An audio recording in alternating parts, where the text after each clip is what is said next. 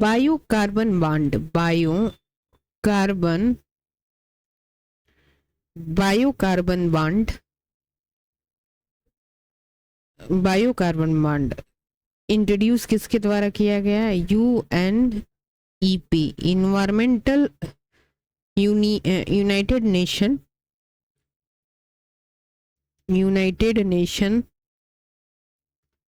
Nation United Nation development environment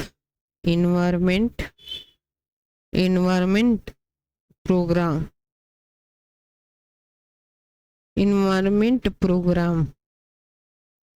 UNEP, United Nation Environment Programme, जो introduce किया गया था। यूएनईपी का इंट्रोड्यूस कब हुआ था? 1974 में आया था और इसके मुख्यालय का है केन्या नैरोबी में। तो बायोकार्बन बॉन्ड आया था, बायोकार्बन बॉन्ड ने यूएनईपी द्वारा जारी किया गया था।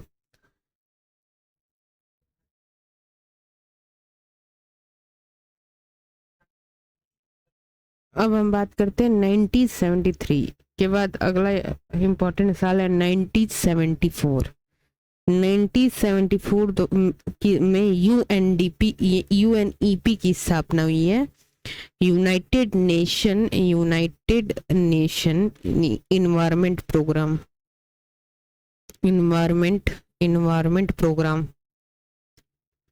यूनाइटेड नेशन इन्वायरमेंट प्रोग्राम की स्थापना हुई, जिसका मुख्यालय है केन्या नैरोबी में। केन्या नैरोबी में है इसका मुख्यालय। और इनके द्वारा बायोकार्बन बॉन्ड जारी किया गया है। और इनके द्वारा क्या जारी किया गया है? बायोकार्बन bond,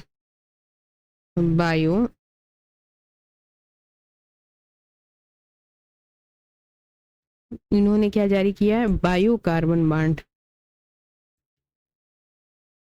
बायोकार्बन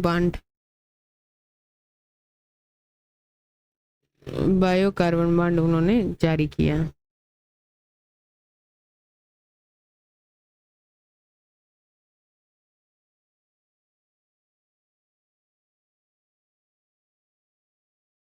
The gas used artificial reaping में, रीपिनिंग यानी कि फल पकाने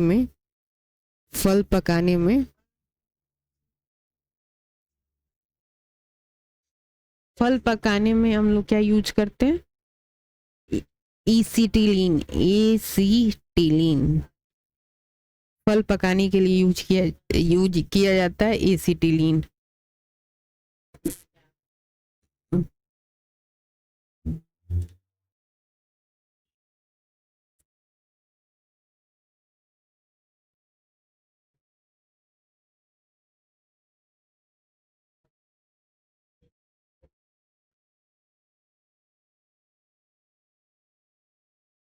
acid rain, which of the following is responsible for acid rain? Acid rain के लिए रिस्पॉन्सिबल है एसिड रेन के लिए nitrogen dioxide, NO2 and SO2 are responsible for acid rain. बहुत इंपॉर्टेंट है। एसिड रेन के लिए क्या रिस्पॉन्सिबल है? एसिड रेन के लिए रिस्पॉन्सिबल है NO2 and SO2। NO2 and SO2 are responsible for acid rain.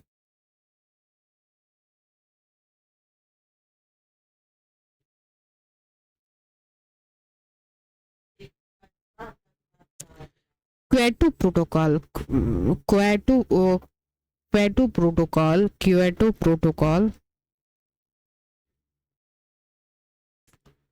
Kyoto Protocol is related to clean environment and climate change. अब सारे प्रोटोकॉल एक जगह लिखते हैं। प्रोटोकॉल,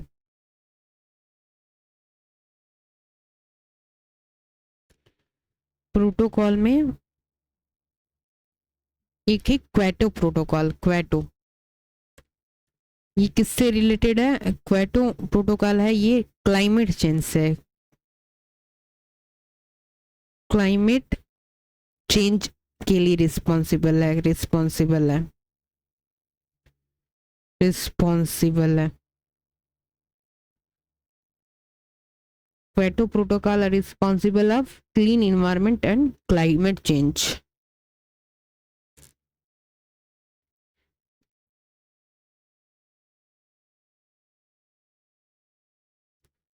पोल्यूशन, ये एयर पोल्यूशन का मापक कौन है? एयर पोल्यूशन, एयर पोल्यूशन को हम लोग मापते हैं, एक पैरामीटर है, यूनिट है, एयर पोल्यूशन की यूनिट है, मापने की यूनिट है, यूनिट है पीएम, पर्टिकुलर मैटर पीएम 2.5। इसके यूज से हम एयर पोल्यूशन को मापते हैं। एयर पोल्यूशन को मापा जाता है 2.5 पीएम, पीएम 2.5।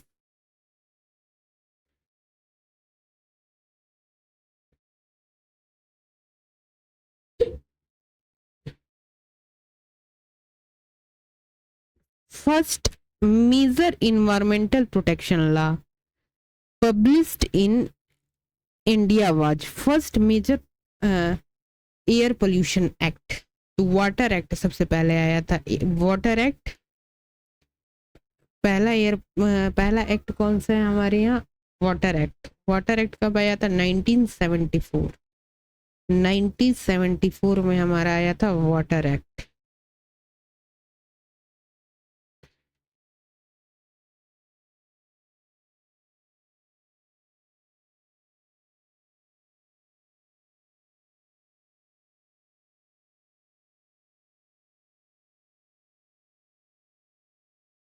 दिखाई नहीं दे रहा है क्या? ये सब पढ़ा दिया गया है ओल्ड सेशन के अंदर। Wild life conservation act, wild life का तो हम जानते हैं कंजर्वेशन कब आया था? 1972 में। अब 1971 के दो इवेंट के दो एक्ट आए हुए हैं, इन दोनों एक्ट के बारे में बताएं।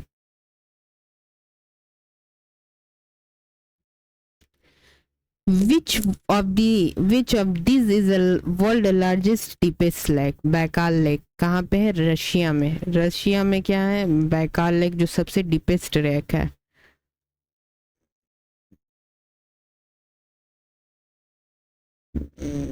which of the following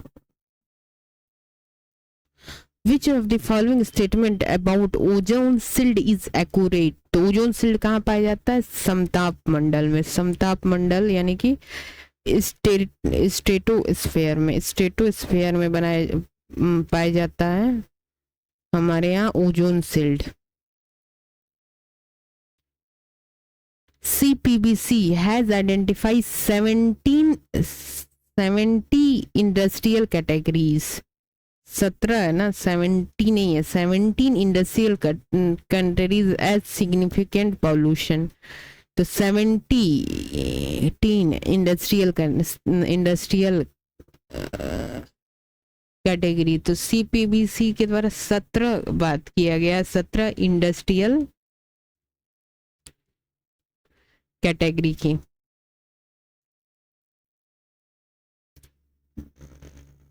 in which of the following was year project elephant launch? तो मैंने बताया तब कि वन्य जीव के बाद लॉन्च किया गया, वन्य जीव के बाद आया है project elephant and tiger. Project elephant and tiger जो आया है 1973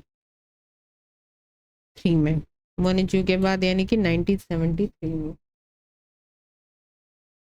ये कर रहे थे हम, आपको फोटो नहीं देखना जो वन्य जीव के बाद प्रोजेक्ट एलिफेंट एंड टाइगर शुरुआत हुआ था।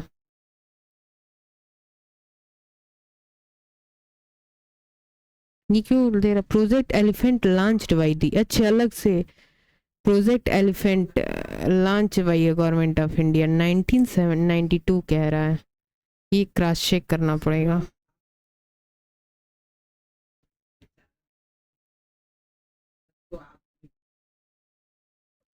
Which of the following river form of delta?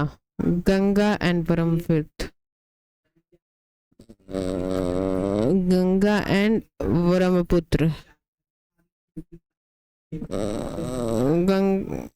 Ganga and Brahmaputra से ही हमारे यहाँ डेल्टा सुंदरबन डेल्टा बनता है। सुंदरबन डेल्टा गंगा एंड ब्रह्मपुत्र से।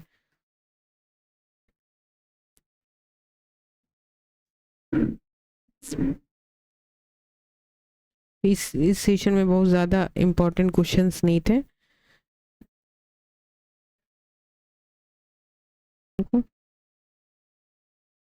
वाटर एक्ट बहुत इम्पोर्टेंट है। वाटर एक्ट कब आया था? 1974 में। तो वाटर यानी कि 23 1974 में आया था वाटर एक्ट। और यूएनईपी दोनों की स्थापना एक साथ हुई है 1974 में। इसके अलावा कोई नया कॉन्सेप्ट अभी हमने नहीं पढ़ा इस सेशन के अंदर। इसके अलावा एसिड रेन किसके कारण होता है? NO2 एंड SO2 के कारण। और एयर पोल्यूशन मापने की जो यूनिट है PM 2.5 है। PM 2.5। अब हम क्वेश्चन ऑफ द डे बनाते हैं। क्वेश्चन PM 2.5 क्या है?